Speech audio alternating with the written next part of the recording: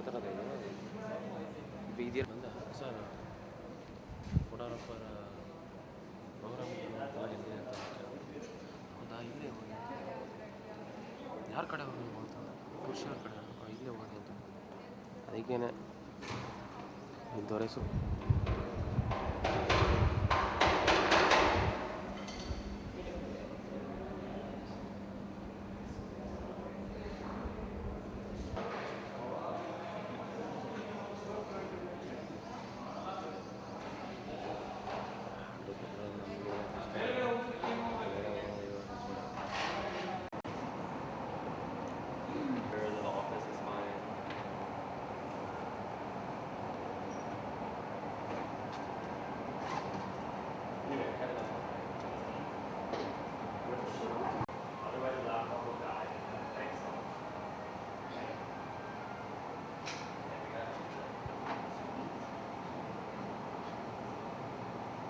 ಹಿಂದಿರೋರು ಅವ್ರು 3 ಜನ ಒಂದು ಅರ್ಸು ಒಂದು ಕಿತ್ತನ್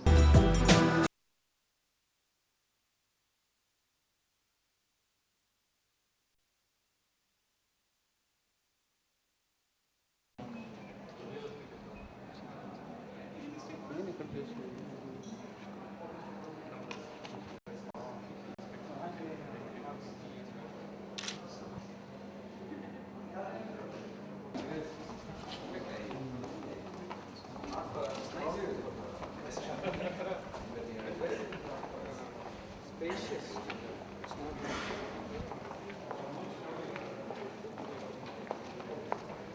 Bookmarks, right? Yeah. I'll rather take bookmarks. See the marketing collaterals. I read books, I'll use them.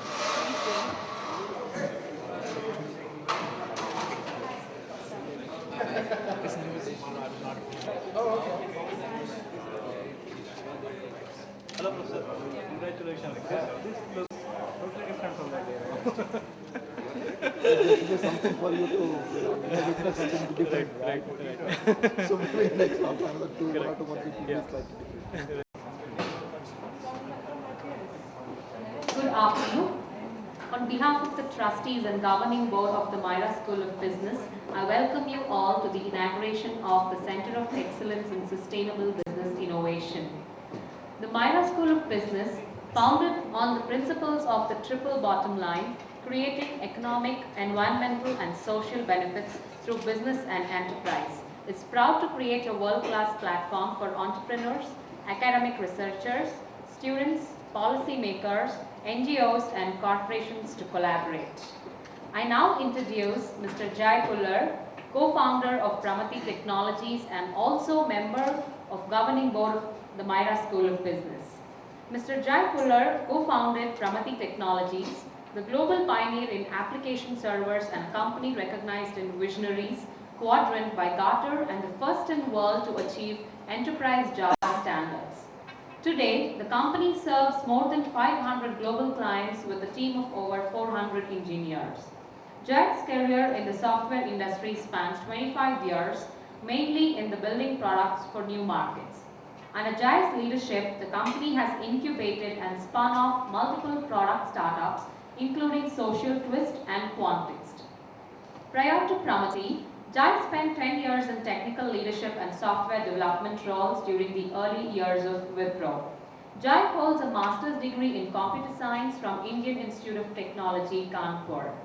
I now request him to take over the proceedings of the workshop. Welcome, Mr. Jai. I hope to make it a very interesting afternoon and a very participative one. So we have an eminent panel today. We start off with that. Before that, I'm very delighted to be associated with the Institute in general and the Center of Excellence. This is a very critical aspect for the country, that we all know that innovation is very key. And how do we innovate is the question. There is sustainable business innovation. That is 3 words, and each of them are kind of very important ones. The first thing is that innovation is the only way we can carry forward. We cannot do the same things which everyone else done. And if that is the one which we want to do, we might as well adopt it and look at ways to optimize the cost. So innovation is where the edge holds for us, and we in India carry a significant edge in terms of innovating because we know how we can operate under constraints. So we've been operating under severe constraints, severe resource challenges, severe marketing challenges, and we're all brought up with that.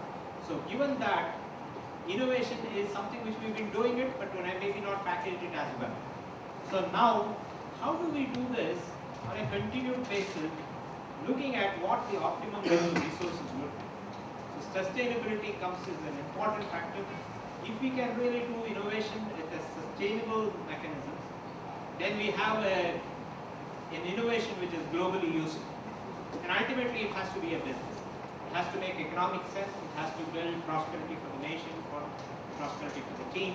I guess all the three words there are appropriate, and I'm sure we're going to hear more interesting comments from our eminent panelists. Let me first introduce. Let's first introduce Dr. Ganesh Balachandar. May I invite Dr. please to come over, first light the lamp.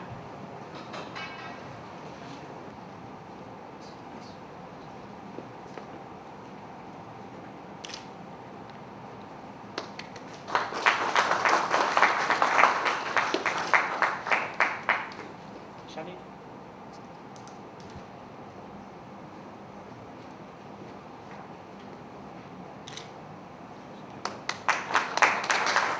I see very eminent things in this bio. He's been an executive board member of Ashoka ATRI, which is Ashoka Trust for Research in Ecology and Environment. So it's most appropriate to speak about the sustainability part of business, and has been appointed as one of the 8 consortium directors of consultative group on international agricultural research. The consortium provides leadership to work in 17 international research centers in different parts of the world. He has done research and field visits in connection with this, with his proposed work for contested domains. So we look forward to that, which analyzes how contemporary societies value biodiversity and ecosystem services in the context of economic development. He is responsible for South Asia. He has been responsible for South Asia for the Ford Foundation, which is based in New Delhi. Provided strategic direction and leadership to the foundation's grant making in various fields of development, and managed the largest overseas office of the foundation. He is the Deputy Director and Chief Financial Officer of Compatible Ventures Group, the Nature Conservancy, based in Arlington, Washington, Virginia, and then consultant to the Foundation for Revitalization of Local Health Traditions. Foundation for Revitalization of Local Health Traditions, which is based in Bangalore. An Indian NGO which is involved in conservation of medical plants in India. It is responsible for the development of enterprise activities and for the integration of biological and enterprise components in community-based conservation projects in the Western Ghats of South India. He is also the consultant to Appropriate Technology International, or the ATI, Washington DC. So these are all my previous life. previous life. Then the previous life leads to the current life. We are very happy to have you here, sir. Welcome, and I would invite Dr. Balachandar to address the gathering. Since there was a reference to sustainability and so on, what I say now may be very basic, but I think this is the heart of what we need to realize. When you look at, and I will relate it with an experience. Are we going to do these case studies now or later? Maybe I have another session, right? See, this word sustainable is an overused word. It's very unsustainable the way we use this word. Everything becomes sustainable. Sustainability for what?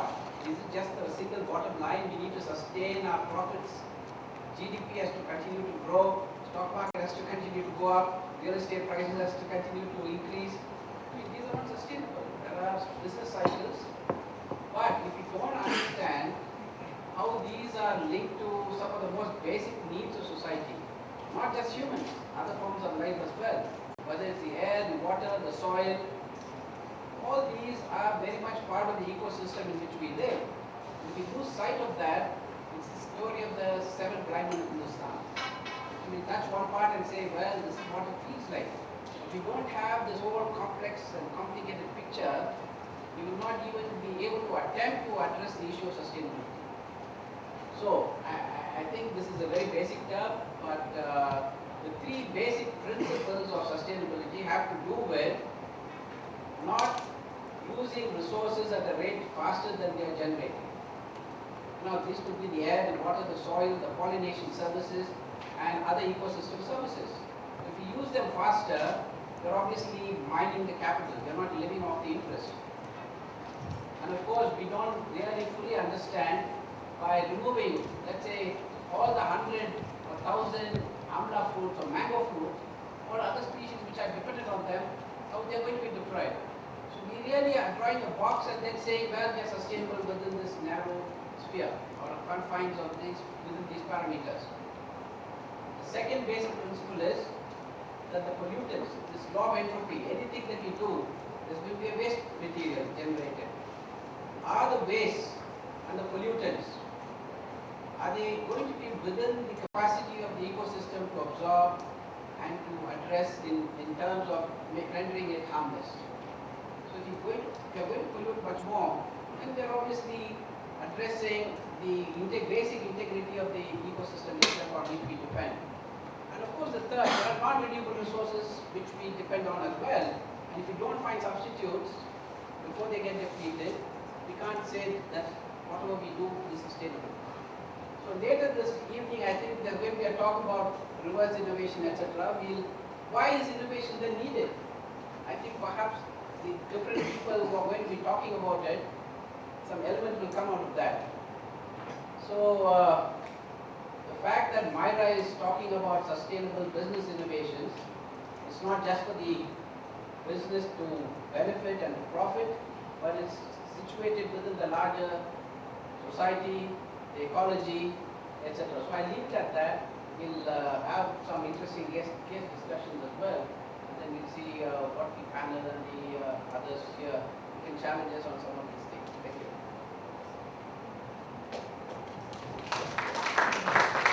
That's a great start, so we need to up the momentum now. I have Alex Densmore from Simpa Energy. He's been a lead hardware engineer. So I'll call upon Alex to talk for about 10-15 minutes. He designs electronic controls for Simpa's unique pay-as-you-go electric metering system. His past work includes a wide range of engineering projects in developing contexts, including an internet-enabled solar charge controller, gravity water flow systems, and various solar power installations. Previously, he worked as building engineer modeler for the Integral Group, evaluating designs for low-energy HVAC systems. Alex has received his bachelor's from mechanical engineering from the University of California, Berkeley. Alex, welcome here to MYRA, and look forward to hearing your presentation.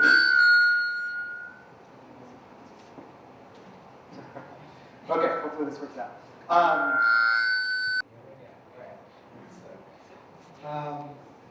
Well, thank you very much. It's a pleasure to be here. I really had a great opportunity to catch conversations with a few of you, and so I'm looking forward to hearing from the other panels as well. So yeah, my name is Alex Densmore. I'm the lead hardware engineer at Simpa Networks, and I'll talk a little bit today about what we do at Simpa, just something about the market that we've identified, how we bring affordability and energy to this market, some of the benefits of our system, and I'll go into details about the product itself. So our mission is to make electrical energy simple, affordable, and accessible for everyone. We do this by creating a financing platform so that people who otherwise might not be able to afford solar can buy into it. People who wouldn't be able to put up the capital to buy the system outright, or for one reason or another are not able to get a bank or microfinance loan. So we do this using a prepaid metering system. And so this is a device that sits in a solar home system. So you have a battery, solar panel, charge controller, lights. And so we integrate our meter with those products to meter the energy. And we sell the energy based on energy credits. And so that's the analogy is prepaid mobile phones, kind of exactly the same idea. You pay for a certain unit of energy, your system will turn on. When that credit expires, the system turns off, and you'll need to go back to an agent to top it up again. So just a little bit about the market that we're pursuing. There are 1.6 billion people worldwide that don't have any access to electricity. 75 million of those households are right here in India. So this is a really, really huge market, and something we feel like we can bring a product and a solution to affordably and profitably.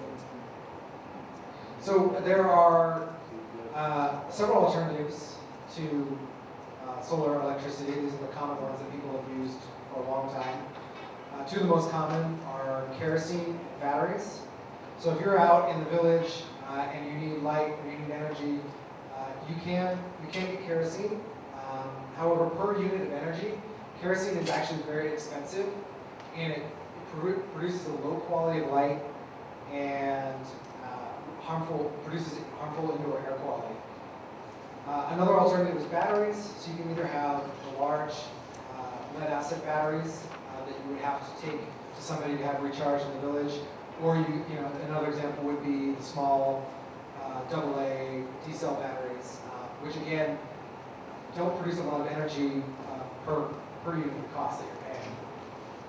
So Indian households spend about $100 per year on these alternatives. So another characteristic of this market is low income and unpredictable incomes.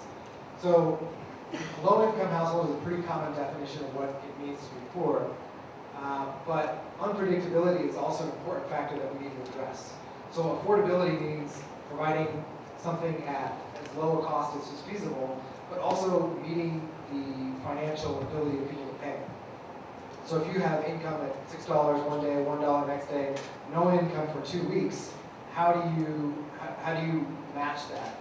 So we provide flexibility in payments so that, whereas like with a bank loan, you would have to, every month you have to make the same payment a month, we allow people to space their payments out to match their income. So solar is a superior alternative to a lot of the options that people have in villages, but it has some serious drawbacks. High upfront costs, that's the highest problem. The capital required is really high for most people in this market. So if the system costs $200 or $300 US, very few people are going to be able to afford that up front. There's an extended ROI, so even though over the life of the system, a solar system, the cost is going to be cheaper than the alternatives, it does take a fair amount of time to pay that back. So it takes a couple years to pay that back. There's also some uncertainty in the technology. Technology is rapidly changing, and it's difficult to evaluate if you're a rural customer what are the best options. So we define affordability using these three terms here, and we want to meet where all three of these come together. So there's the initial purchase price. We allow people to make a low down payment on the system, and we use that down payment so that people are invested in purchasing the system. Flexibility in payments, so they can pay when they're able to pay, and a low total cost of ownership. So as compared to the other alternatives, our systems are cheaper. So these other alternatives, we have comparison of affordability versus what their needs are. Kerosene and batteries, they're low cost, so they're affordable, but they don't meet people's needs, they don't provide enough light, they don't really protect their health. In the last couple of years, there's been really an explosion of what are really solar lanterns, and so these are low cost, really pretty high quality products that have been well designed, well thought out about how to address people's needs. And so their objective is really to reduce the cost as low as possible. And while they are pretty affordable, they don't provide the light that most people would want to have. The light or power for other uses such as fans or mobile phone charging. The next alternative would be a traditional solar home system. So if you had, for example, would be a system with like a 60-watt solar panel, 50 amp hour battery, a couple CFL or LED lights, a battery and a charge control. A system like that would cost about $200 to $300. So it provides some really high quality light, safe light. It provides enough energy to power a small DC fan, charge a mobile phone. You could even plug in a DC television if you wanted to with this kind of system. So it really provides energy that a lot of people will find useful, but it has a high upfront cost. So this is where we come in. We take that system and we put our metering technology onto it and our revenue management system software, so that we make it so that people can pay in small increments and pay towards the ownership of what would otherwise be a high-cost system. So our platform is bringing together the financing, the flexibility in pricing to provide a clean energy solution. So how it actually works, a customer will come to one of our solar integration partners.